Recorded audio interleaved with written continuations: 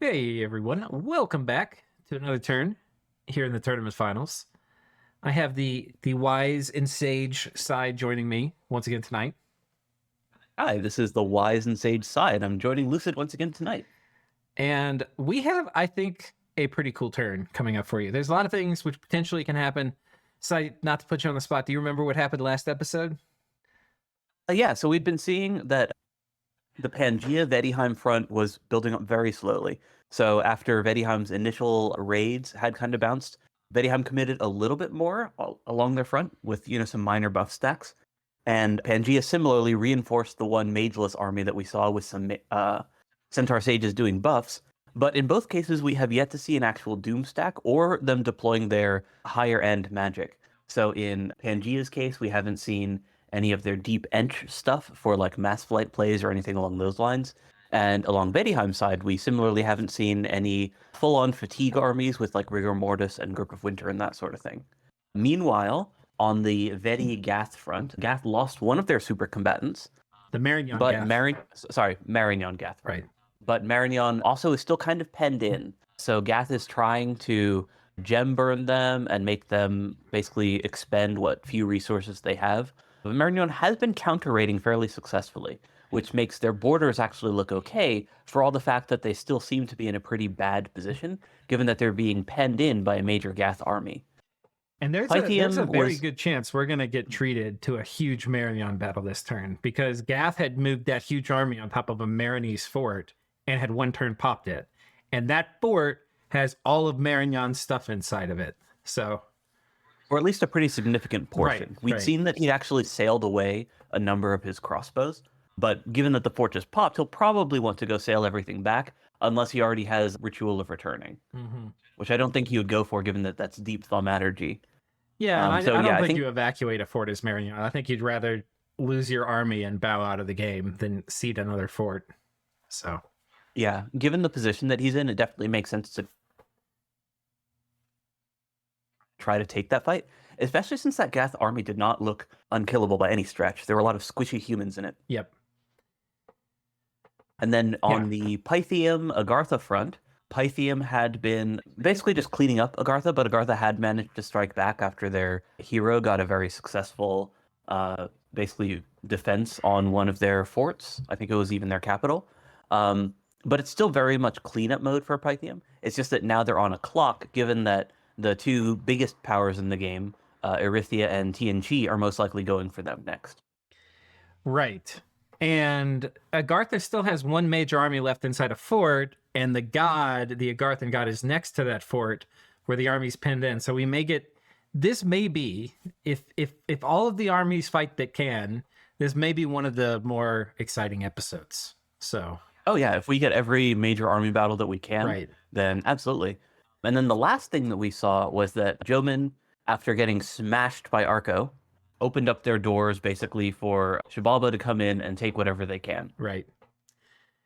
And that makes just a ton of sense too, because the only reason Gath probably not Gath, Zabalba wasn't attacking Jomin earlier was probably assurances from Jomin that, hey, the moment I lose a big battle, I'll let you vulture my stuff for free. So, Yeah, I still think that as Shibalba they could have taken Jomin's stuff earlier, but now they're taking at least some of it. All right, we'll start with the message here from Arco. So now a bit of a Diplo update. We had a nap with Zabalba for a little while now. That was something we were wondering about. Ever since he vultured our own fort. We were not ready. We were not pleased about that. But look what this guy has done. With absolutely no notice or warning, he flew 150 Aussies into Jomin's lands to vulture them from us. In places where we realistically could have been sending forces. After we did all the work, not only does he send 150 Aussies, but he sends his pretender and mage commitment scripted in such a way that he was planning for a bump. He knew exactly what he was doing. In this game, a nap is just a bunch of words based solely on trust. A nap is only as good as your reputation, your behavior, your honor, and ultimately the belief that what you say can be trusted. More on this topic later in the game. That's kind of a called shot. Yeah, well, what do you mean by that? More on the like that's kind of like the sort of thing that you would say in a retrospective. Oh, okay. This guy has shown us who he is, and we're not going to sit around lawyering a nap that technically he didn't attack a province we owned. If you're trying to lawyer a nap, you've already broken it. This guy has broken his nap, and as soon as we finish Joman, he's going to pay the price. Mindful son. I think that Xibalba should be comfortable taking that fight. Yeah. Do you think that Xibalba has violated the terms of his non-aggression pact? No, but I think naps are silly anyways. I think that like if you actually plan on being allies with someone or good neighbors or whatever, you just kind of talk to them about stuff. Yeah. You just talk to them like a normal human person about like, hey, I'm going to go take this stuff from Joman, and then that way you avoid a bump that way. I think that I agree with Arco in that like if you need to lawyer a nap, then it's kind of already failed. Yeah, I mean, there's parts of this that Arco is saying that I think are certainly true. Like this was an aggressive move by Xibalba, right? And he definitely was looking for. For a bump. I don't think that I think it would be reasonable after someone does that to say, look, you're obviously breaking a nap even if you haven't broken any terms, so we're effectively at nap 0 now, have at thee. I think that's fair. Yeah. I think that if you were to like surprise attack him, that might be looked upon poorly. Yeah. But that's basically just like the lawyering of it. Well, I think that's what he's going to do. I think Arco is saying like, you violated the terms, I'm going to surprise attack you once this war with Joman's over. So... yeah, I don't agree with. I think that's a violation. I think if you want to interpret that and say we're at nap 0, that would be honorable, and I don't think anybody in the game would be weird about that. But saying somebody, I mean, he was planning on a bump, but saying it because you have a nap, you're not allowed to vulture, and if you do vulture, you need to send small enough forces to lose a bump. I don't think that's what naps mean either. So. Yeah, I just don't have much patience for the lawyering about it. So I kind of agree with Arco there. I just also think that like if you want to maintain your reputation for future naps, like if you actually care about like, making naps with other folks in this game, that you want to be open about it like as soon as the perceived violation happens. Yeah, I think so too. The only problem is that then you're kind of painting a target on yourself and you're saying, hey, Xibalba, come hit me. Right. And that doesn't make any sense. That doesn't make any sense to do now because he's actually the one that's vulnerable because he's got these Joman forts he needs to sit on. And the last thing he wants is all the Aussies descending on him like they didn't have a nap. And they're going to fight. And poorly defended Olmush territory. Right. Yeah. So. I'm not sure why he wants to fight Xibalba, but I mean, I understand the emotional element, but I think tactically, Xibalba's a bad target. And if you can stick them on someone else, that's much better for Arco's position. Yeah, that's another good point. I don't think he's in some ways a better position than Xibalba, not to fight Xibalba, but just in terms of like game position. He's got a lot more land. He's probably going to have a way better research. He should like sit there and get his mages researching, get way ahead of Xibalba, and then be like, okay, I'll fight your demons with like, 7s and 8s. Yeah, I think he actually needs to research up and put up some gem globals. Yeah. So I think that he's in like a good spot in terms of like land control. Like he's either number 1 or number 2. But he hasn't been able to really profit from it yet. He hasn't really done as wide site searching as TNG has. And he's also, as you pointed out, like way behind where he could be in research once he like just had his mages sit around reading books. So I think that he needs to basically even out the resource game. Like I mentioned, a Gen Global would be a great way to do that. And then look to like push only after he's gotten a major research advantage. You know who I think Mindful Son is? I think it's like the army commander in Avatar. What's his name? Do you remember? Colonel something. Oh, the blue skin people movie. Yeah. I do not remember. So he has a line in the movie where he's like, "Diplomacy has failed," right? And he said, "I feel like this Arco player is just like, I mean, he's not. Diplomacy is not really his thing. He's like." He sees a bad flag. He's like, diplomacy has failed. Send in the gunboats. And it's worked. I respect that. Yeah. He's got some good gunboats. From TNG, Demosthenes. Due to a comedy of communication errors, Aretha attacked the wrong throne and discovered our super astral site. Oh well. They had already site searched the province for Astral 2 apparently, so it was likely a bit of a surprise to see a top tier astral site appear. We're gearing up for the war with Pythium, but haven't sent a nap-ending message yet. Will likely be sent next turn. Interesting that he didn't already tell him that it was searched. Although in this case it worked out great. Yeah. Latch here, continuing the message from Demosthenes, Managing perception of your nation to other players is an important aspect of this game, and Pythium has done a very good job broadcasting weakness this past several turns. I sort of violated our nap with him taking those Agarthan provinces, but he did the same thing to Agartha, so it's not like he can complain publicly. I'm looking forward to fighting him and seeing what cards he has to play besides Foul Vapors. I think I can keep a coalition off our backs while we double team him with Aretha, but after that, we'll likely not have many friends. He doesn't need many friends, though. If he and Aretha are planning on being allies, then That's plenty. that should be enough. Yeah. Yeah. And Aretha is going to scale better than them, too. Most likely. We don't know what TNG has planned, but I think for the average player in the game, they'll be more worried about Aretha than TNG. Definitely. That's one of the fun things. It's one of my favorite things. And, you're certainly a Dominion's innovator. But one of the fun things is when you can take a nation that traditionally is considered weak, and then you figure out how it's actually really strong. You can really use the fact that like public perception is like, oh, we actually should worry more about these other nations. And really it's like, oh, this guy's got, his power level is not coming up on our scanners. So maybe TNG's got some secret sauce, but I think it's tricky to do that with TNG though. Yeah, I do too. Because like the thing that makes TNG like have issues with scaling is just economical, right? Like they just don't have, any sort of like resource generation in the form of like pearl farms or blood hunting, that sort of thing. Right. So he did break into blood. I think he'd mentioned that, right? That yeah. They've got their first. They had their first bat. First bat. They've been doing. So maybe he can just go full vampires. That would give him the blood eco. It's just that's really slow compared to like actual blood. Yeah, you're not going to win a blood lake. I mean, this is pretty early. What turn are we at? 35? 35, yeah. So this is pretty early to be breaking into blood. If you break into blood by turn 35, you could actually be pretty strong with it by turn 70. But, it's still slow. Yeah, you're not going to be a real blood nation. And this is late age, which is like the blood age. Yeah, there are many much deeper blood powers. Right. Okay. We finished that message, right? Yeah. And then Gath. So this Godal loss was outright stupid. I intentionally didn't script Timberflesh so that he would run into combat simultaneously with the troops and didn't account for Strength of Giants on the Royal Guards.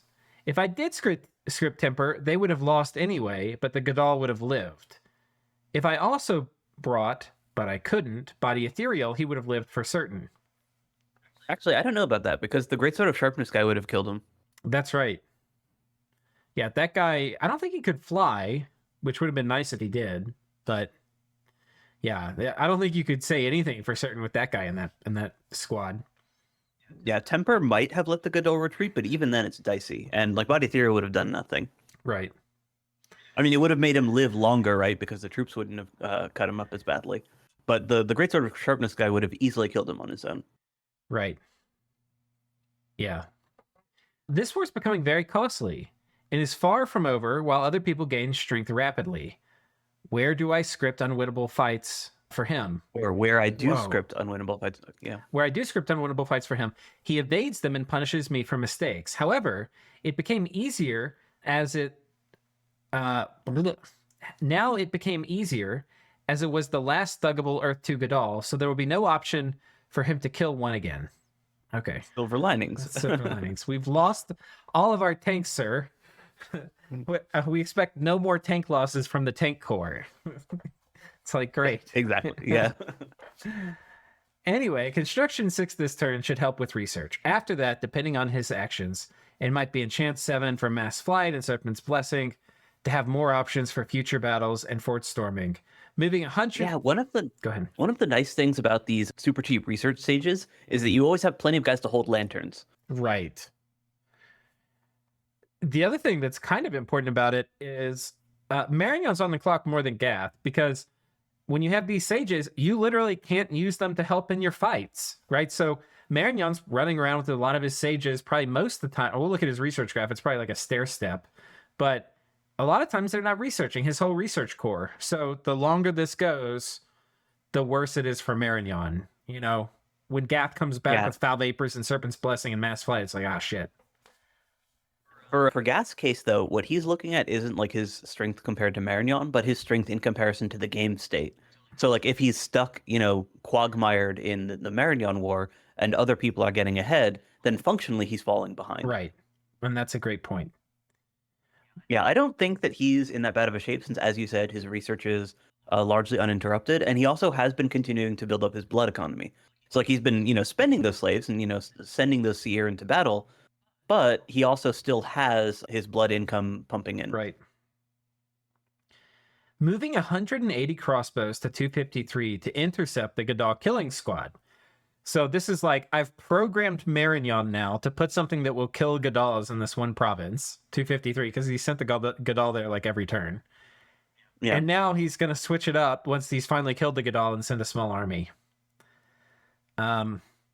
He will do arrow fend, and thus crossbows will be useless in the big fight. Okay, so he's moving a lot of his crossbows because if Marignon rides out and does do arrow fend, they're not going to be very useful.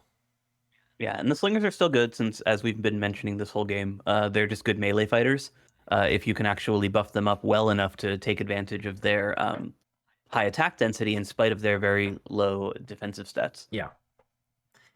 And let's start this off with battles. I don't want to ruin anything by going to the map. But that's just an underwater thing. Okay. Oh, that's cute. That's actually really cool. I love using cubes underwater like that just because they're resilient enough that it's very hard for them to, or it's very easy to keep them alive against underwater indies, and they squish troops very quickly. Right. Yeah. Boop. Easy fight. Easy clap. Yeah, and that's actually cheaper than most thugs. Right. And that's going to be annoying for Marignon to deal with because a Marignon, it took them like 25 turns to get in that lake system, and now it's being pried out of their fingers. Oh, I think this is the On the other province. hand, it is easy to counter with wizards, since all you need to do is send one water 2+ guy to do water elementals, Right. and the cubes can't beat them. Right. The water elementals underwater will just destroy them. Yeah. I think this is the battle. I think Marignon's riding out. Okay. Yep, this is the battle. Okay, so he did bring the devils. That's nice. We kind of talked about that they were in range from sailing. I don't think that's all the devils, though. No, I don't think so. So it could have potentially brought even more, although it might be a undead leadership issue. This one hero has been game-changing. Look how many heavy crossbow there are. That is ridiculous. Yeah, that's kind of a lot. So the way that I think that he brought those devils over is from the lifelong protection holding assassins, because those guys each have, I think, 5. It's either 5 or 10 undead leadership, and they have sailing, whereas the Gotic mages do not. Okay, I was kind of bragging on him too for making these soul contracts, but it looks like he's made enough lifelong protections because I think we're getting to see all of them here. So we've got in total 7 that I can see.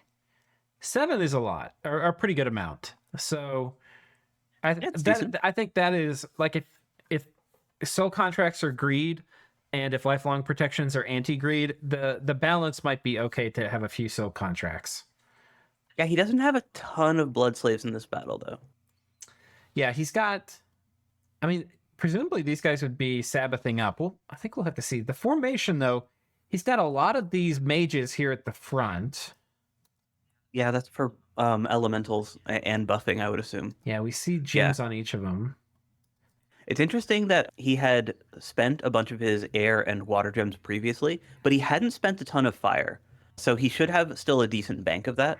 The problem, though, is that those fire mages are less mobile, right. And they're also the blood mages, so they kind of like are stuck in multiple roles. So he's not in as good of a position to spam the fire elementals as he was the other types of elementals. The other thing, I'm not sure how on one hand, I was about to say, I think he should have the crossbows more forward positioned. The risk of doing that, though, is these crossbows are actually very vulnerable to the slingers for the ranged combat. But these heavier infantry are going to be practically immune to the slingers. Yeah, the mages aren't, though. That's true. On Gath's side, we see 2 big pile of Sair, and it looks like they've got fluffing people near them, or buffers. Yeah, I'm guessing that Gath's thing is mostly larger AoE buffs. Right. So things like, Strength of Giants, maybe Wooden Warriors, legions of steel, that sort of thing, as opposed to one like bespoke buffs on a handful of Are these elites. scouts? Oh, this is Yeah, those are the anti-assassins. assassin chaff. I Yeah, love that. Okay. Are you ready? yeah. I honestly think that Marignon brought a lot more in terms of like resources. Yeah. Just the 7 lifelong protections is already like basically the equivalent of like blood slave value Right. from what Gath is bringing. Right. If both sides have Arrowfen, then a significant portion of Marignon's army is going to be essentially neutralized. Let me watch this. Wait, whoops. Let me watch this again. I want, because look what's happened here. These crossbows being back positioned. This is kind of the problem with back positioning, is you're not going to get a ton of that. When you have turn 1 Arrowfin going up, that first crossbow volley is pretty high value. Because it's really the only ones that are going to hit. So the heavy crossbowmen trigger berserk on a few of these guys, and these guys walk forward and they're arrow bait for this entire crossbow squad in the back. Is that mist that went up, the battlefield spell? It is No, rain. it's rain. Okay, so that's going to reduce the effectiveness of the fire elementals by a little bit, just because the guys that get set on fire are going to get put out. Right. But it also isn't going to be super impactful because most of Marignon's army, even their fire mages, aren't casting fire spells. Right. So the double fatigue thing isn't going to hurt them as much. So we see the great swords moving forward as there's tons of crossbow fire coming down. And let's just take a quick pause here and look at the front line. So, well, let's not look at that tile. This tile has got two Royal Guard in it that have arrow finned with no other buffs on them. Yeah, these guys have decent experience stars too. And they're fighting, in this case, a tile of slingers with no buffs on them, except arrow finned. I think they have strength of giants. Oh, do they? No, these guys don't. No, they don't. No, they don't. It looks like he got that on the seer, though. Okay. Yeah, these guys got it. Oh, it didn't. Enchantment 4, yeah. It's either strength of giants or the blood spell. Oh, he's got... these guys are ethereal as well, too. These are very spooky. Yeah, he only has ethereal on a couple of them, though. Right. But these guys... Oh, well, so the Seir are kind of... No, they're tearing Is through there a these shed troops. in that army? I think Is there's one. Is there a shed in... I think there's one. Yeah, back there's here. one. Okay. Because I saw the projectile for the lightning thing go overhead, and I was like, that can't be orb lightning. That has to be a shed. Wait, don't they have little... No. The little bolt thing. Yeah. It might be from one of the mages. They look like seer with wings if they're And there. I'm doing like... I'm like back tracing this. It came down from like right here. Okay, so probably no Shadim then. It must be from one of the lightning mages or the air mages. Yeah, let's take another look at the battlefield enchantments. We have Relief being put up by the god of Marignon, I believe. Howl being And Howl. being cast as And well. Howl is super high impact here. Right. Light of the Northern Star also being cast by Marignon. Interesting. Yeah, so Marignon is putting up basically all the battlefield spells. It's interesting because Gath was... I think Gath had Foul Vapors ready. And Marignon is not prepared for that. But he didn't cast it. Oh no. These mages run advance and cast.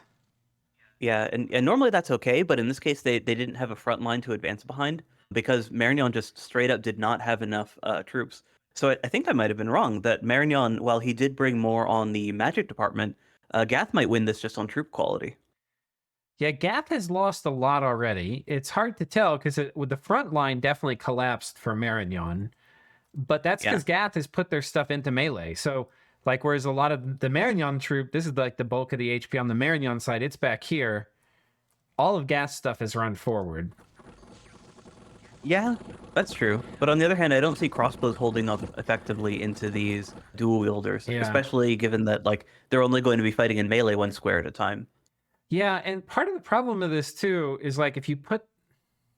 I think this just would have been a lot cleaner, and this is like some Monday morning quarterbacking, but if the crossbows were forward positioned, they would be making contact here. They also would have been hitting a lot more. They would have gotten a lot of value out of the first volley, and then you could put the mages in with the crossbows, because you want the mages to like cast stuff like evocations or whatever, but they can't if they're way back here, so you need to advance and cast. Well, if the crossbows were up here to start with the melee in front of them, then the mages could sit inside the crossbow stack and still cast. Yeah, and he also has one fire elemental stuck, but that's pretty hard to avoid if you aren't creating a lane. Right. And the Seir is starting to close. These mages up here are evaporating. And there's mages right here that are getting melted. But the front line is not closing in unison. It's kind of arriving in a staggered fashion. And importantly, they are not running into these poor, weak national crossbows. They are running into the battle-hardened heavy crossbows, who do not just melt, especially to these Benjamite slingers, who really are reduced to doing chip damage. And as we can see, because where a lot of these mages were positioned, these heavy crossbows are also blessed with luck. Oh yeah, yeah. So with the luck on them, I could see them holding up pretty well. That said, those giants in Seir are going to be very killy. It's really just a matter of if they can kill fast enough against the lifelong protection. Yeah, that's true. They have to. Oh, they're routing. Okay. Yeah, they're routing. The Benjamite slingers died. You know, they're squishy. I think we'll see that in the battle report. But at this point, they've lost so much. Like Marignon must have lost 20 mages. Yeah, I would say that this is definitely a Pyrrhic victory for Marignon, and it was really carried by those lifelong protections. And yeah. I think this point buff heavy crossbowman stack was actually huge too. Because yeah, they were kind of the anvil at the end, right, that kept this guy's long enough, or that kept his side up alive long enough for the Gath army to finally be routed. Now, it would have been that thing we saw from Pangea, where they had the mages lined up and they point buff the front line that was on guard commander. That would be sort of beautiful here. The risk of it, of course, is Gath is fielding a lot of ranged units themselves with all the slingers. Yeah, with Arrowfend, that is a little bit mitigated at least. Right. But that would have been a much better use. Yeah, I think given how quickly those Royal Guard died once they were engaged with the Seer, I actually agree that if his plan was to be standing there and just like spamming buffs on his dudes, then it would have made more sense to use the Royal Guards as guard commanders and basically have your front line stand still that way and then force the enemy to walk into you. Yeah. Because that also brings them into range of your mages. Right. So that would have been like, I guess, the alternative to what you were suggesting of having the heavy crossbows and even the crossbow blob itself deployed further forward. Yeah, and the power of 400 crossbows for the turn one volley is really, really big. If they're forward deployed, you have to, if you put two lines of melee, there's a limit as to how far forward you can move it. Like Gath can probably still hide some things at the very back, like important casters. But Marignon didn't have that much of a front line. So right. So he absolutely could have put stuff at the front. There's a lot of happy little accidents that can happen when you have 400 crossbow close to the front, where you pick off the guy who was supposed to cast Arrowfend or something, and it's like, oh, fuck. So. Oh, yeah. The Butcher's Ledger. Okay, yeah. That was absolutely a Pyrrhic victory. He lost pretty much all of his mages. How many mages? Including his god. His god died? Mm-hmm. Oh my god, how did that even happen? We have to go back and see that part. Godic Masters, he lost 2. Godic, there were more mages here than I knew. Enchantresses, 3. All 3, actually. I think those might even be his only nature mages. Oh, man. Chartmakers, 5. Well, I mean, and his god, I suppose. Yeah, because they were putting up important globals like HAL, or Battlefield Wides. Chartmakers, Cardinal. This is a hero that's kind of special for fanaticism. And he's Astral. How many mages in total? So we're at 20. We're at 35 mages, probably. Ish. 14, 21. Oh, you scrolled down. Sorry. 21, 24. That looks like 30 mages exactly. 30. 31 counting the hero. Oof. Gath, on the other hand, takes a bath in the troop department. The Benjamite slingers... Yeah, 54 Seers. 54 Seers is the expensive part. Yeah, loses all the Seir. Loses 43 Gittite soldiers. These guys aren't cheap. 25 gold. The Benjamite slingers, which are kind of cheap, are still 11 gold. Yeah, but he probably wants to phase them out anyways. Yeah. So Gath takes a bath in troops, and Marignon takes a bath in mages. Gath loses 3 mages of his own, but that's like literally a tenth of what Marignon lost. Yeah. I mean, the mages is totally acceptable attrition for Gath, which actually he's a little lucky because a lot of times when you fight lifelong protection armies, if you lose, it's hard to retreat. So Right, because the imps get behind your guys. yeah. Let's see what this looks like. Oh, Gath moves up here. Oh. Oh gosh. You have an army specially oh my god. These guys are not meant to catch crossbows. Yeah, and this is actually more expensive than it looked from that report, because included in Marignon's losses, I believe, are one of those assassins. Oh, in this battle? Or the previous one? Yeah, so I think that this one, his assassins in the last battle all survived. Yeah. But unless I misread it, it looked like he lost the assassin here. Well, we'll see. He might have. I mean, I from the looks of it, it looks like they should HP route the assassin. Okay, this guy's running in now. And that's the all-important hero. Oh, the hero is gone. Yeah, no more heavy crossbowmen for Marignon. Okay, so the assassin does rout. Okay, I was wrong. Yeah, I just The only misread it. survivors. the only one that survived. Yeah. But that's another hero down, and 4 more mages outside of that. More. 5 mages. Yeah. Right. That's counting the hero. No, 6 if you count the hero, because there's a chart maker. 2 Oh, go to Gadeups. Yeah. I'm still reading this wrong then. Wait, no, it's 1, 2, 3, 4, and then 5 with the hero. 2, 3, 5, 6. Oh, well, only one of them died. Only one of the royal navigators. Oh, okay, died. okay. You're right then. I was looking at losses. Gotcha. Okay, that's the second person that survived then. I thought only one made it. All right, there we go. I can't do math. Oh, and he raids this with just an Abba. Ooh, that's an interesting thug. What? Yeah, so Abbas are definitely viable as thug chassis just because they have superhuman hit points and decent buff paths. Yeah. Yeah, I mean, this is going to be a very tough guy to kill. I bet you he doesn't even use his regen. Yeah, they're not quite as good as Centaur Sages for doing the same work because they're less naturally mobile and they have a lower base defense, but they're otherwise very similar. Yeah. And then he raids down here. I can't help but wonder if some of the guys here and then the guys here would have swung this. Do you think if he kept the crossbows, would that have swung this, or do you think it was... I think they could have made a difference if they were deployed the front set to fire. Yeah. Just because they have a chance then of interrupting some of those mages. Yeah. Because this was pretty close.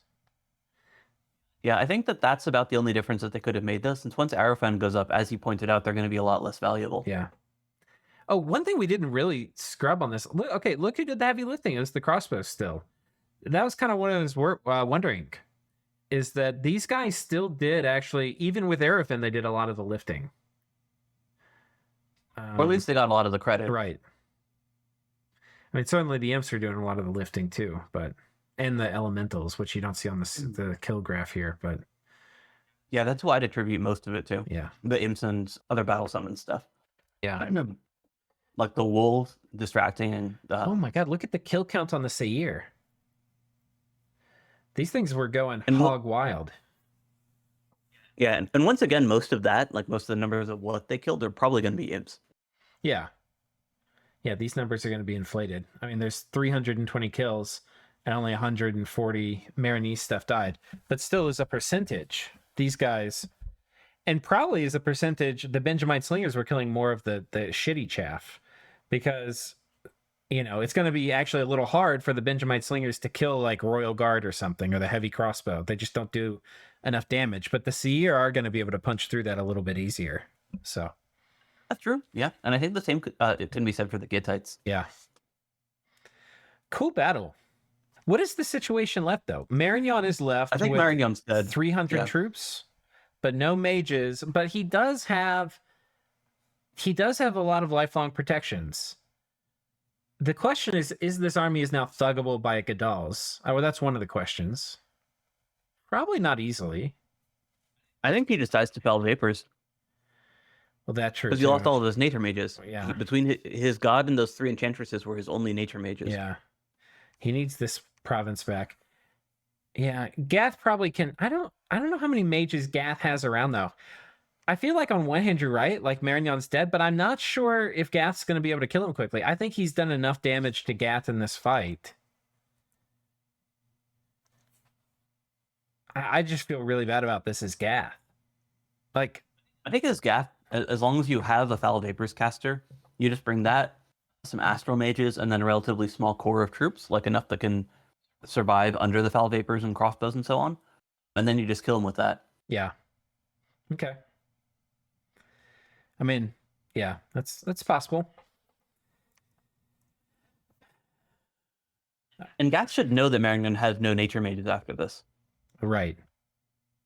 Or at least nothing that can get there, because even if Marignon does find another like nature mage, like from an indie site or whatever, he can't bring it there because it's not going to have sailing. Right. So do you think Gath goes and attacks this fort? Or do you think Gath reconsolidates in one of these forts?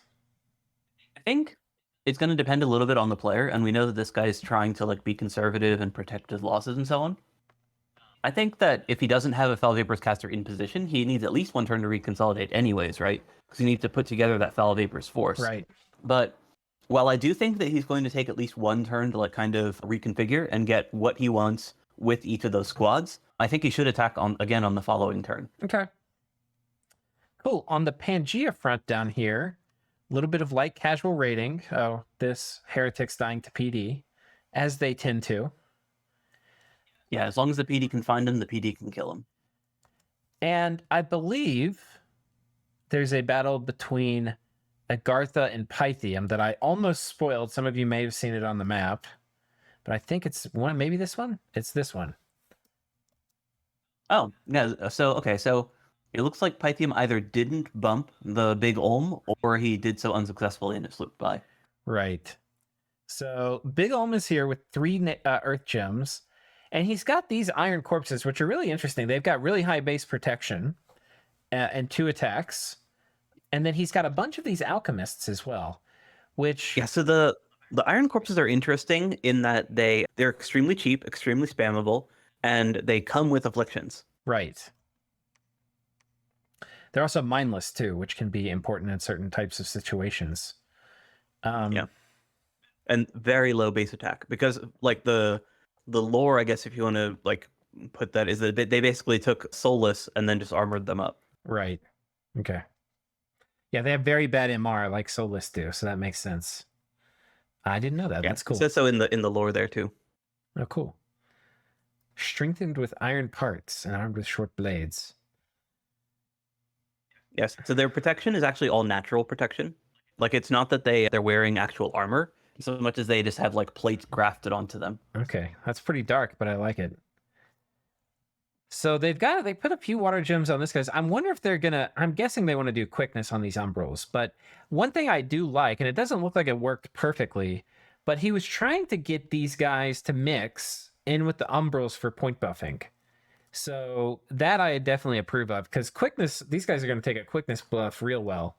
And especially like 1 Strength of Giants cast and quickness buffs, it's going to make these guys little blender machines. Unfortunately, 8 attack blenders. Yeah. Well, I mean, Or 9 attack. Well, it's going to jump up to 11, right? And with quickness, yeah. 4 attacks per unit per turn with 11 attack, and Strength of Giants is going to jump up to 21, you know? Yeah. They actually get a national buff for those guys too. Oh, yeah. They get the thing. It costs 1 Earth Gem, and it does Unholy Power. I think it's called Marionette. Yes. Let me look it up. Yes. A little early in the game for that, though, unfortunately. Right. Iron Marionettes, yeah. And then he's got the crossbows on the front, which I'm assuming are basically here to be sacrificed to the great gods. Yeah, those guys are just there to allow him to get his buffs off, I would assume. Right. On Pythium's side, we have some Hydra Roadkill over here, which are going to run in and probably, die heroic deaths. They're not going to work. Like the little stink clouds they leave aren't going to do anything to these guys, though. So yeah, not effective against the undead. And the undead in general are also going to be immune to foul vapors, which is the other thing that he'd have to worry about. So he's got a big pile of competences. He's got a decent number of these dudes. I'm not sure what job. I'm guessing they're just going to be advance and cast dust to dusters is what he's thinking. But maybe they do protection buffs on everybody first. Yeah, and that would make sense. It's Oh. really high impact spell. And a pile of acolytes. So I'm guessing he's going to have protection on everybody. Protection, though, is not super high value against Umbrals who are doing armor-piercing attacks. I would say it's pretty high value. Well, I mean, it's... Because, like, these humans have 0 base natural protection. Right. So going from 0 to 10 increases their actual, like, protection by a ton. Oh, okay, well, let's take a look. Let's see what they... Well, let's watch. Yeah. And then we'll commentate and see how this works. So, the arrow bait up front, very nice. A little nice flourish from Pythium here. All the undisciplined troops running in.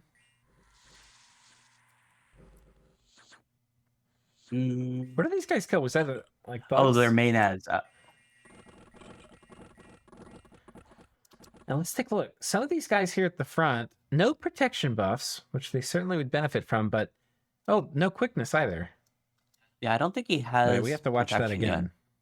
He does have Iron Warriors though, so you definitely can cast quickness on any of his Water 2 guys. Yeah, let's see what the buff cycle is going on back here, because there's going to be no excuse for actually watching.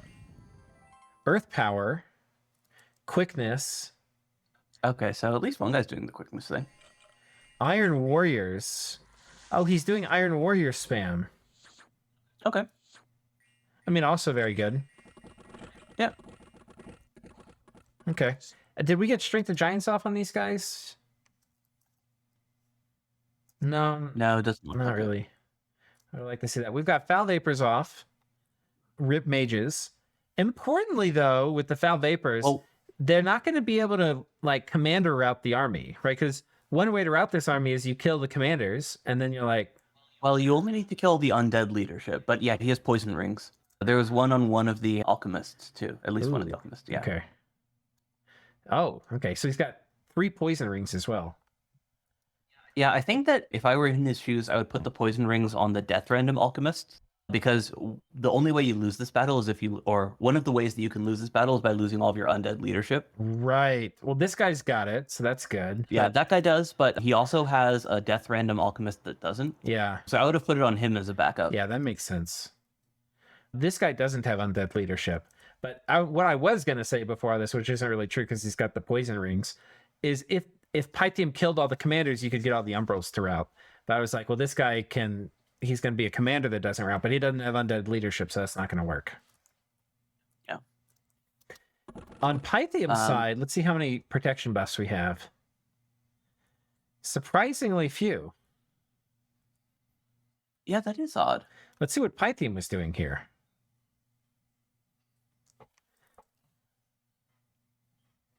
I mean, I can't think of much else that those Nature 1 mages are going to be doing at all. Gift of the Sacred Swamp. Gift of the Sacred. Okay, yep. Okay, that makes sense. Moss And there Body is getting indeed the swarm. cast, which is preferentially targeting these cavemen. And they're doing Ethereal, too, which is also hitting the cavemen. My guess is these cavemen are just here to knock down fort walls. But maybe he's... Now they're taking buffs. Yeah, now they're taking buffs. Okay, so it's for Gift of the Sacred Swamp. That's why he brought so many of the N1s. Right. That makes sense. Oh, and he's got Maws. That's actually really good. Or he was preparing to cast Maws. I didn't see what it actually hit. Yeah, I didn't either. Maybe it missed, which would suck. Oh, there it is. Cast Maws to the earth. Okay, yep. so it hit. Big pile of Umbral. These troops are highly effective against Hydra. Banishments are coming down in surprising numbers, though. Agartha would really benefit. Some dust to dust, too. Agartha would certainly benefit from anti-magic here. Yeah, but that's hard for him to cast. Right. I mean, you just have to have an Astral Mage, which Agartha gets as semi-rare randoms. Yeah, I think it's a 1 in 4. Yeah.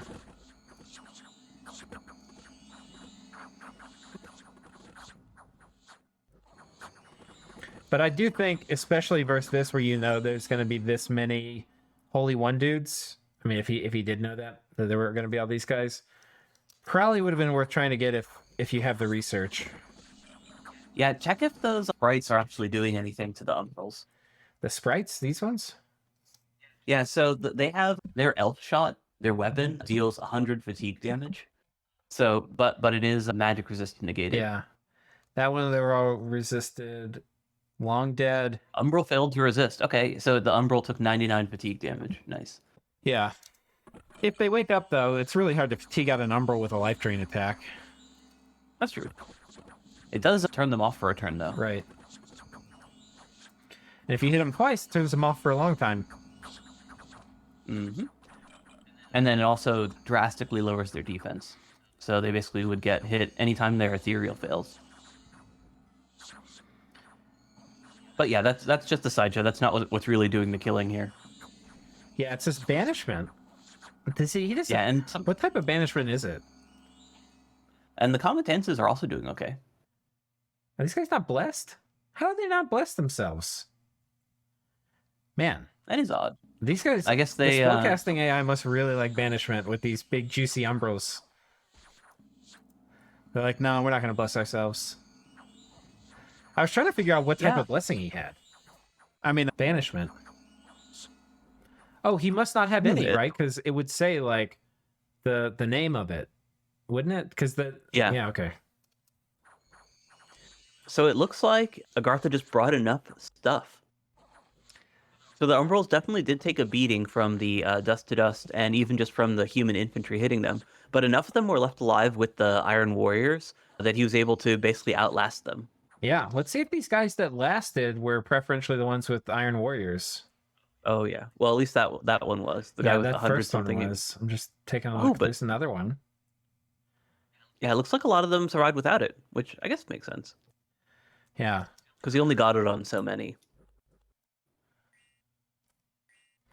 Well, if you look in the thumbnail of this video, the far right, there's an Umbral in it, and that was specially requested by Aaron, who's playing Agartha here. And yeah, showing off the strength of this unit. Yeah. And he's certainly committed to it. Yeah, and in this battle at least they really showed up. Yeah, I kind of feel like there's things that I wonder. And some of the things that I wonder are like, maybe not.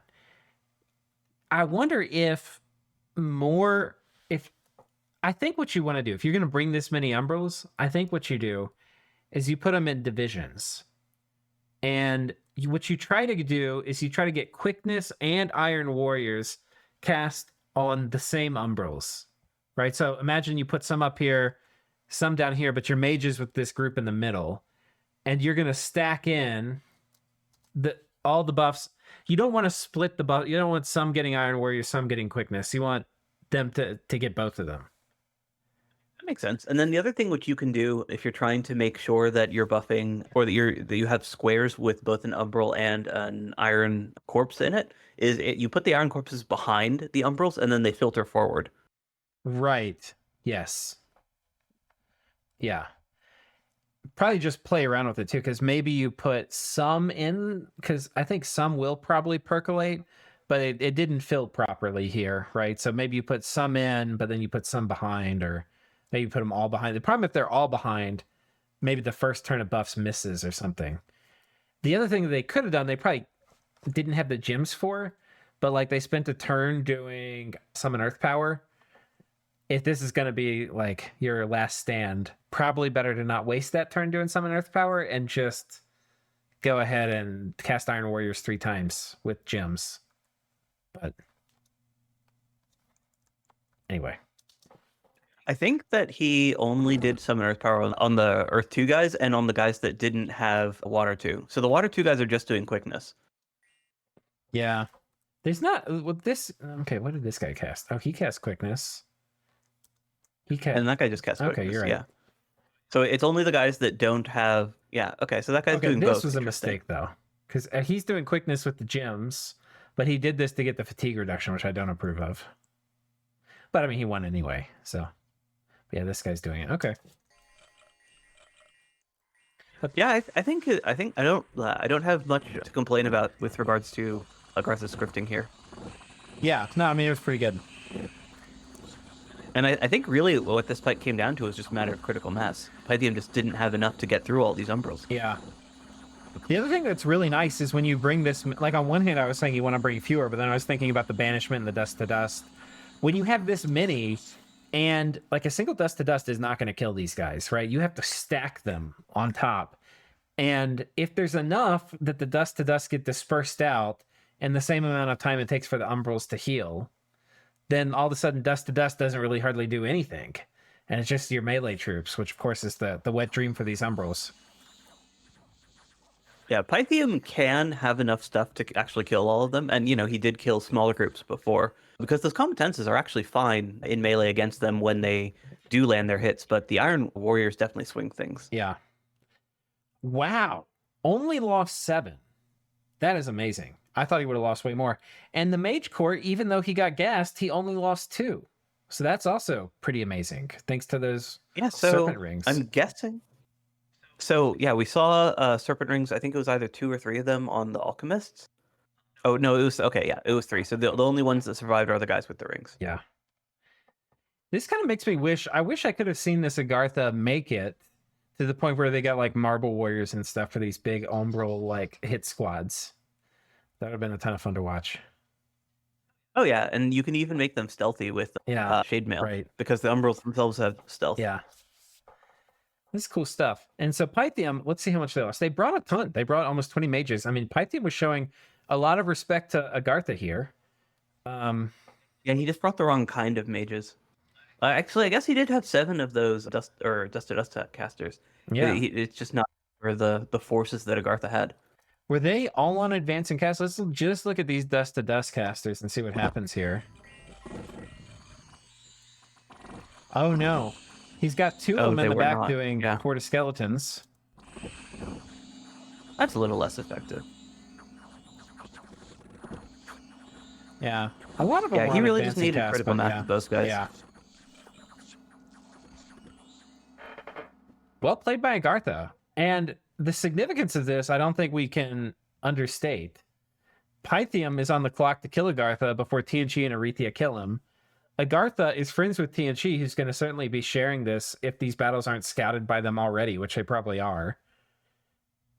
Since you can't patrol out siege forts anytime that there is a battle on a fort like that, you can assume everyone's watching it. And we also have this message from TNT this turn, and Pythium has done a very good job broadcasting weakness these past several turns. And it's like... Yeah, kind of funny. I thought he was doing great up until just like that one battle against the fire dude, and now this battle. Yeah. I don't think that he's been showing as weak otherwise. 100% agree. He's been playing really well, but things went downhill pretty bad the past... It was the turn that the guy came out of the capital and knocked that off, which like, okay, whatever, right? But then he also lost a raiding party to TNT. And then the god came out. I forget all the things, but it's basically been this turn and the 2 turns before it. And it's like, wait, Pythium's going to conquer Agartha with what? Yeah, I don't think that he lost so much stuff that his war against Agartha stopped being a foregone conclusion, but he did definitely slow it down. And I think a lot of that is just due to lack of resources. Yeah, I don't think Pythium can conquer Agartha now. I think they don't have enough. Like, look how much stuff they have. They have 40 guys here. They got 40 guys here. They got 20. They got Hydra hatchlings, and they got 50 guys here. They're not going to be able to put an army together that's much more powerful than this. And Agartha's got enough stuff left to smash this, I think. Like, to smash another army like that. Like, in a 1v1 duel, Pythium would clearly win in the long run, but... He's not going to win quickly, at least. I still think that Pythium can do it. I think it's just a matter of scrounging together enough Daka to kill the Umbrals. Yeah.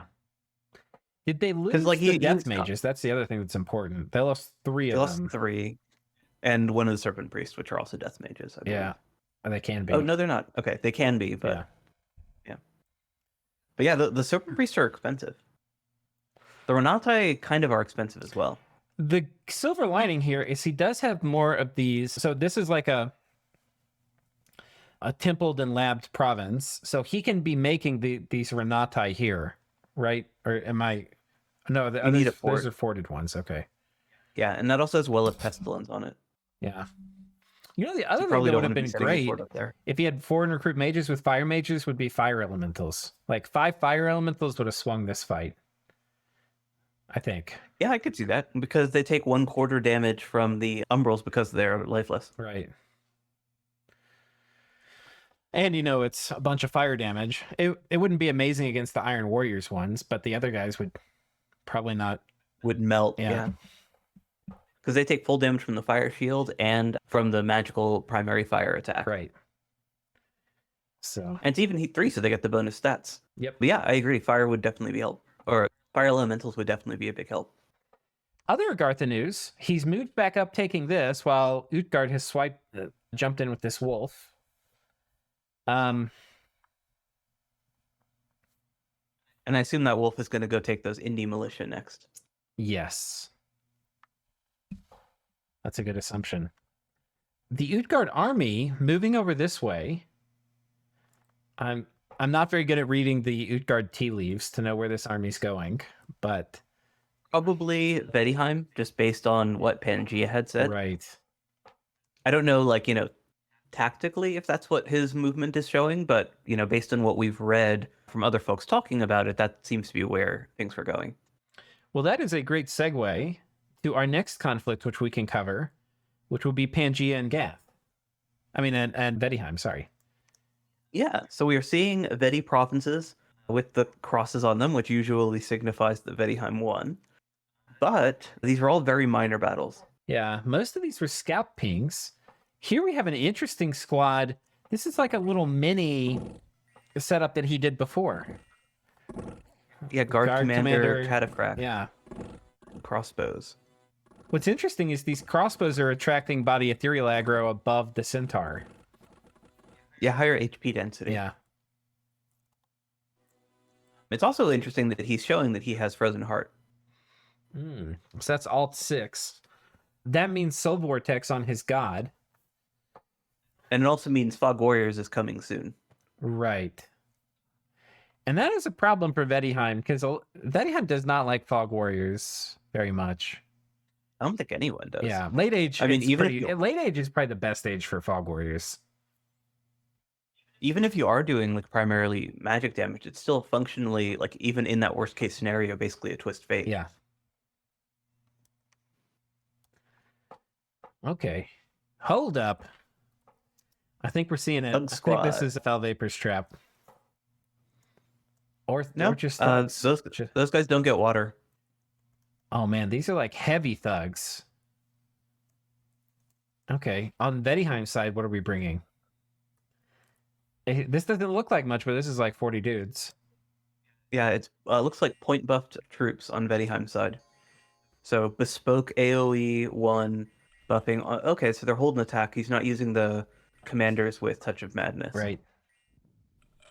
Fel Vapors from Vettiheim, I think. Yeah, which gassed his own troops. I think these guys are immune, right? Yeah, those guys have plenty of poison resistance.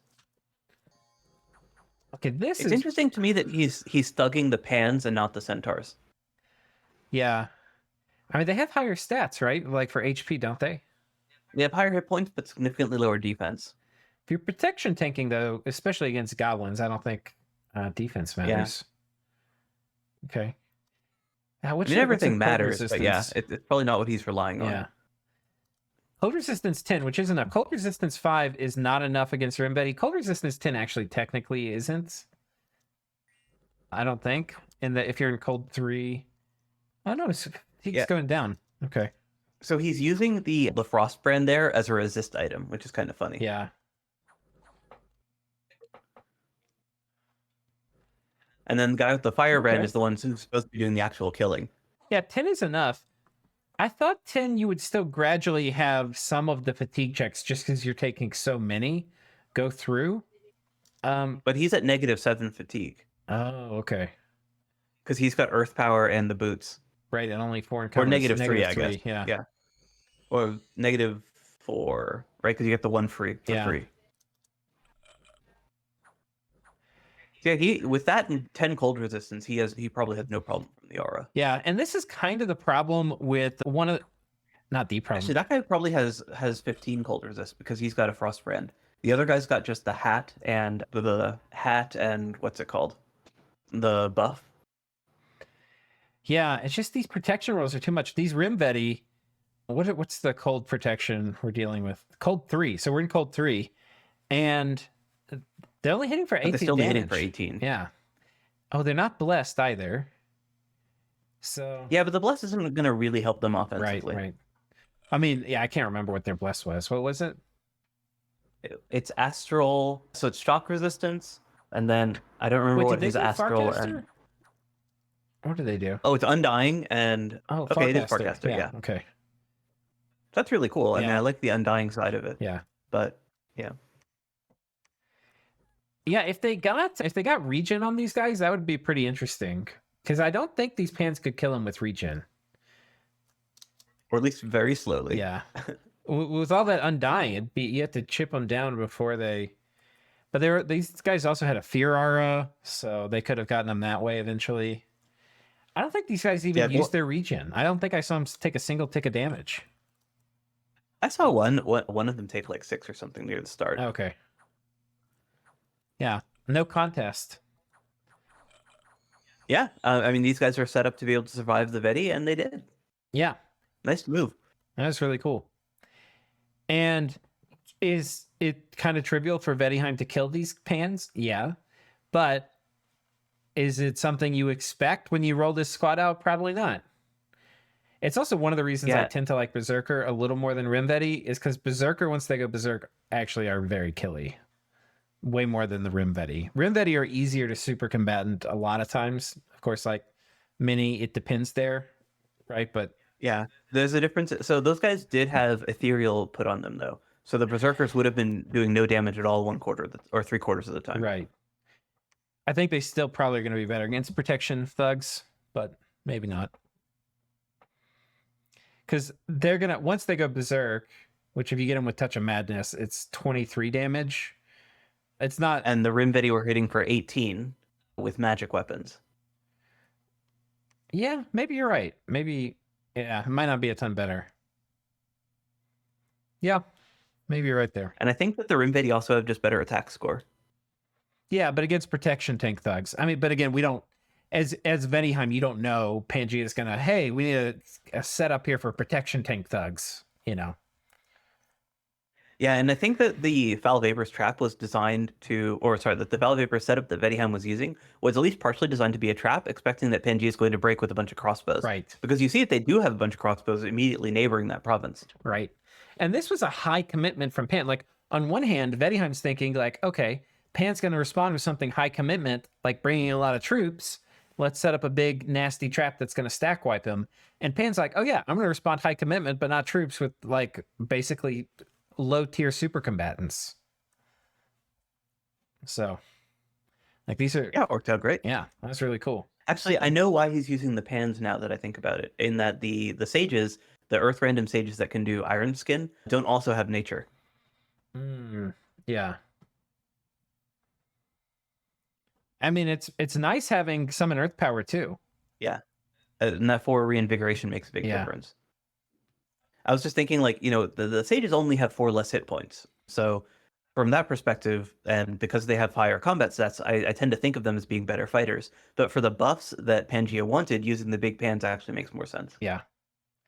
Did we miss any battles here? Oh, I wonder what happened to the lumber construct. Did it had been in that lake. Oh, maybe can it 2-province move? Maybe. Did it have move speed boots? Well, even if it could, then it would have been caught in one of those battles. Now, where did it go? Only thing I could think of is if he gave it a shade mail. But that would be weird. Yeah. Because Vettiheim doesn't get natural access to those. Right. And Vettiheim's got stealth covered. It's not... That's weird. Where did this guy go? I wonder if he, like, took the ring of the water breathing gear off him or something. Or wait, no, they don't need it. Gear. Yeah. Huh. Yeah, forever a mystery. Yeah, maybe if you hit I, you can check events. Maybe it rolled some weird event that sent it to hell. No? Okay. Yeah, then the only thing that makes sense is a shade mail. I think that's the only possibility. Huh. But that's a very strange move. Yeah. So it looks like so far Pangea's probably pretty happy with this war. Taking a slight slap on the wrist here with these satyrs getting killed, but They don't care about that. right. So let's review this war, because I feel like with these poke wars, it's really hard for us to just look at the battles and see what's happening. We'll just pull up Pan and Vetti here real quick. So we should see Vettiheim have the advantage from when the war starts, regardless. Oh no. Pan. Okay, yeah, they do. They do. Wait, they do? No, if you look at so when the war starts is when they get that initial spike. Oh yes, because that's when they did their raiding. Then Pan held them even and is now regaining ground. Right, but a lot of this regain was against Marignon, right? They only regained a tiny bit of ground from Vettiheim this turn. Right. Okay. But they are regaining ground. So like from that first hit that Vettiheim put on them, even like with that, Pangea is doing just fine. Yeah, Vettiheim is basically back to pre-war income. They're basically unchanged on pre-war gem income. Research, Dominion. And these guys are pretty comparable. Army size. Wait, it says Pangea lost a lot this turn. What was that from? They didn't lose a lot. They just bought fewer new guys. Okay, I mean, that's possible. So part of what had been spiking Pangea is that they had won those mercenaries and then they bought a bunch of satyrs. Okay. So if they didn't renew their subscription to satyr spam and didn't like spend a bunch more money on that, then their army graph isn't going to climb nearly as quickly. Okay, that makes sense. They lost 24 satyrs there. So between like losing those troops and recruiting relatively fewer and more elite units, because they're probably just buying those like cataphracts and snipers at this point, then their army graph is going to show a much slower growth. Yeah, and Pangea is basically massing this army here. The interesting thing to me to do as Vettiheim is, because you basically got Pangea over here, is if somehow you were able to like do a huge commitment on top of Micklin, which kind of would have been my strategy all along, right? Like try to make him keep his stuff over here while I take this. But yeah, you'd mentioned that actually when the war had first broken out, and I actually do agree. I think that's a pretty good play, especially because that's just like a little bit further from not just Pangea's heartland, but where their armies had been deployed in Marignon.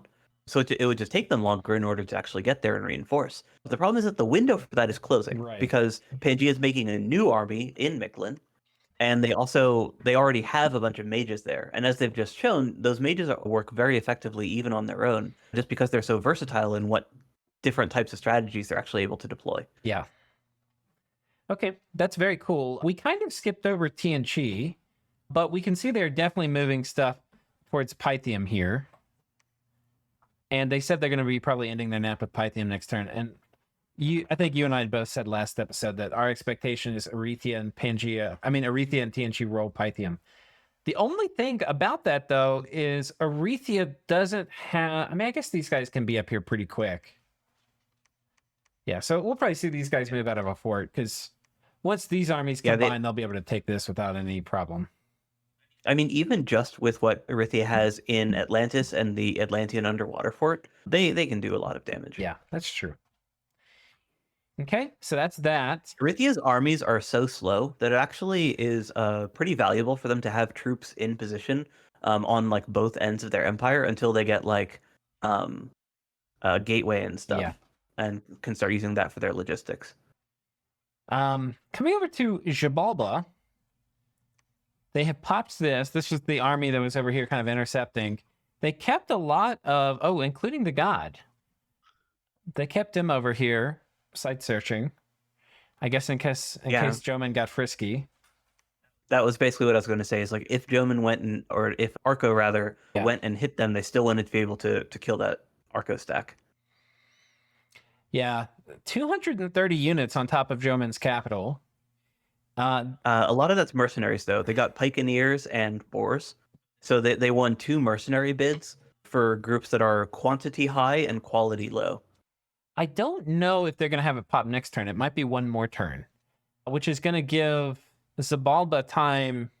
Well, they have a non-aggression pact, so we'll just see how Xibalba behaves. Well, Zabalba thinks they have a non-aggression pact, whereas Arco has told us he's planning on ignoring that from now on. So Yeah, and that force which they just took from Gath was part of the agreed upon exchange, where Gath is going to give Arco that throne. oh, right here. Yeah, okay. Yeah, because Arco had basically declared war on Gath, and then Gath had initially been like, okay, well, if I can kill Marignon quickly, I can go fight them. And then when he couldn't kill Marignon quickly, he turned around and said, okay, I'll give you the territorial demands that you are going to war for, namely that throne. Right. Wait, was Gath the one person that was friendly with Arco too? I think so. So Arco's extorted his only friendly neighbor too. It's so much fun to cast that. Yeah, he's being a real heel about this. It's great. It successfully extorted him too. Look at me earlier in the episode saying he's not doing diplomacy, and here he is, successfully extorting Gath with like hardly anything. With like 50 dudes. His diplomacy has been very effective at getting exactly what he wants. Yeah, it's true. Anybody we failed to cover so far? I think we've done all the conflicts. We haven't really covered TNG's movements other than that, like, they're kind of pulling stuff to the border. Right. And they did that weird little dance with Erythia around, arranging to the agreed upon borders. I think Erythia's taking that throne to the south. Throne to the southeast. This one, yeah. Yeah. To stop. So I think that was the agreed upon territory exchange. Oh, right. Oh, no. You were right. It was for the Palisades. Right. So that they can actually upgrade it to a proper citadel. Right.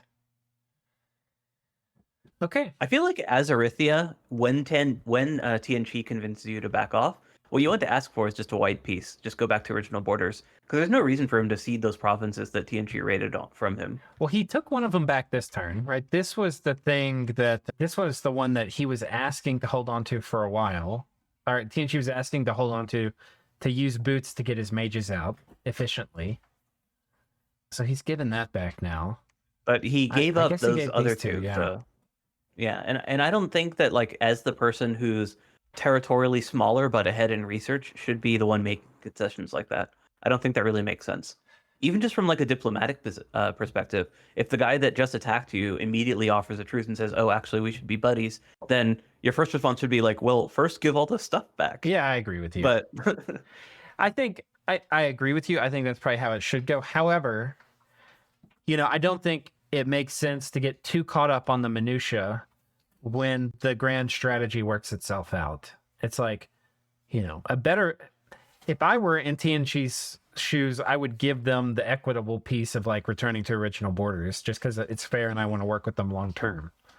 But if I were Erythia, TNG was being like, oh, it was so that they would have better access to Pangea later or something. Because I think they're going to go after Pythium and then later go on Pangea or something.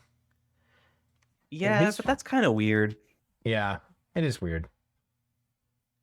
But yeah, I mean, that's what they agreed on, and Erythia didn't seem salty about it or anything. Yeah, if they end up eating all this stuff from Pythium, the fact that they gave up 2 provinces for it isn't a huge deal. But I agree with you. I would have expected it to come back to me as well. Closing thoughts.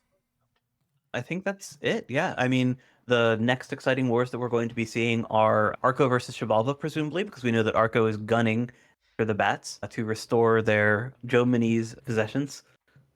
Their rightfully claimed Jomini's possessions. Right. And then we have potential to see some big battles on the Vettiheim Pangea front. Vettiheim and Pangea. Yeah, I'm like, I kind of don't want to get my hopes up. These guys are just poking and prodding each other. Like, who's going to actually move a stack out? And the other question is... What I was predicting last turn, which I still think is true, is that they're both going to be slowly escalating. That they're going to be, like, bringing enough to beat this low commitment stack. And then the other guy has to bring a little more and so on. And we'll kind of build up to, like, medium-sized armies before we see full major stacks. Right. So far, this low commitment stuff is bleeding Vetti a little bit. But we'll see. Yeah. Vettiheim did lose more mages. Some of those were twice born, admittedly. And then they also did lose more gold in their raiding parties. Yeah. All right. Well, thank you so much for joining me, Sai. Absolutely. Thanks for hosting. And everybody who made it to the end, once again, thank you. Cheers.